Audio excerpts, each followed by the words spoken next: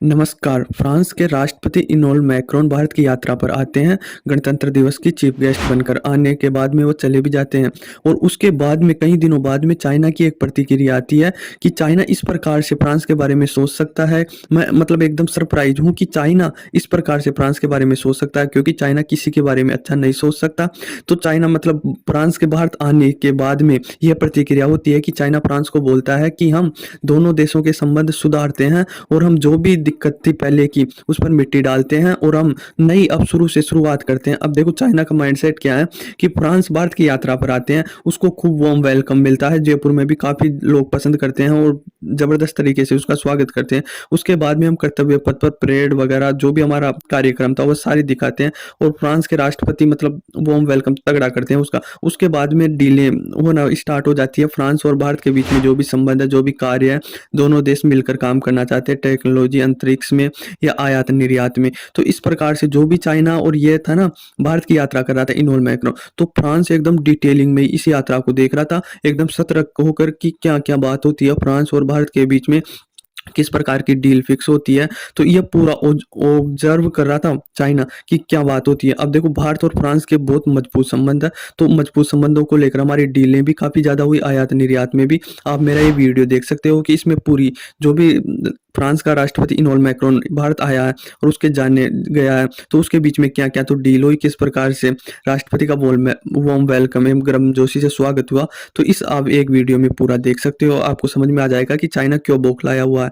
यदि आप इस वीडियो को देखेंगे तो हम पहले की इसमें आते हैं कि जो शी जिनपिंग है वो काफ़ी बौखलाए हुए हैं और उन्होंने ये कहा है कि दुनिया ना एक चौराहे पर आके खड़ी हुई है, जो खतरनाक चौराहा है और वो कहीं भी मुड़ सकती है। अब देखो शी जिनपिंग ये बात सही बोल रहे हैं कि दुनिया एक चौराहे पे है, कि वो है ना कहीं भी घूम सकती है। यदि इस चौराहे से अपने-अपने घर निकल जाएँगे तो बिल्कुल दुनिया शांत हो जाएगी, युद्ध में नहीं जाएगी। और यदि इस चौराहे से गलत रास्ते पर चले गए कि कोई भी देश, तो तीसरा विश्व युद्ध हो सकता है। और अभी जियोपॉलिटिक्स तौर पे देखा जाए तो मतलब ये पूरा है ना, पूरी दुनिया एक दूसरे से ग्रुप बना रखी है और लड़ने को लिए तैयार है। और कहीं मतलब कई स्थानों पर जैसे रशिया यूक्रेन चल रहा है, इजराइल हमास चल रहा है, कहीं जगह पर युद्ध चल रहे हैं और कहीं जगह होने की स्थिति बन रही है।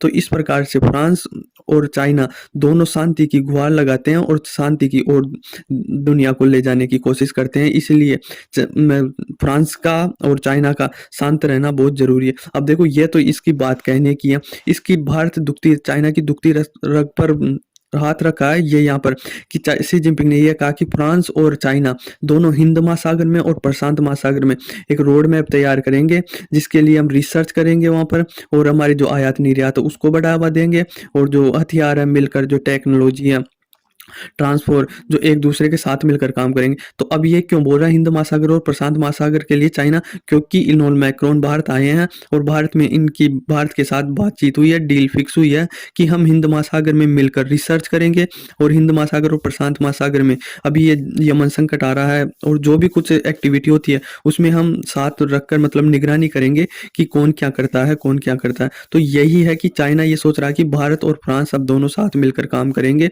और जो भी दिक्कत आती है उसको दोनों मिलकर सोल्व करेंगे। तो अब चाइना भी यही बोल रहा है कि हम भी फ्रांस के साथ हिंद महासागर में और प्रशांत महासागर में दोनों में मिलकर वो करेंगे। अब मैं ये बोल रहा हूँ फ्रांस ये बोले कि हाँ हम दोनों साथ मिलकर काम करेंगे, पर हिंद महासागर और प्रशांत महासागर में नहीं, हम चाइना सी में मिलकर काम करेंगे, ये बोलना चाहिए फ्रांस को। तो उसका क्या लेना देना, चाइना हिंद महासागर में आ रहा है, दोनों मिलकर काम करें, तो चाइना सी में ही काम कर ले, चाइना सी के लिए बोले ना।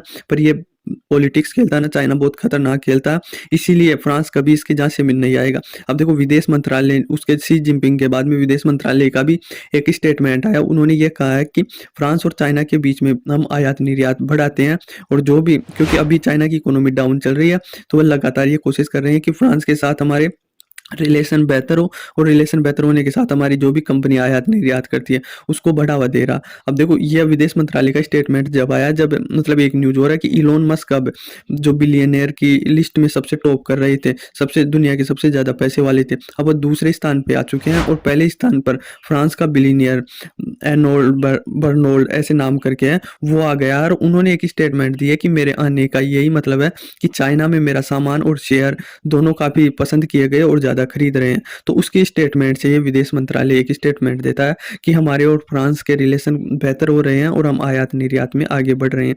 तो अब फ्रांस को हमने सपोर्ट किया क्योंकि बर्नार्ड आर्नोल्ड ने बोला ही है कि चाइना में मेरा सामान और जो शेयर है वह काफ़ी खरीदे गए। तो अब चाइना ने ये बोला है कि हमने तो आपको सपोर्ट किया, पर आप भी हमको सपोर्ट करो, हमारी कंपनियों को, सामान को, आयात निर्यात को यूरोप में बढ़ावा देने के लिए बोल रहा। उसके साथ ही उन्होंने ये बोला कि जो परमाणु ऊर्जा को लेकर है उसको लेकर भी हम आगे बढ़ेंगे और जो भी फ्यूचर में रिक्वायरमेंट होगी हम दोनों देश मिलकर काम करेंगे।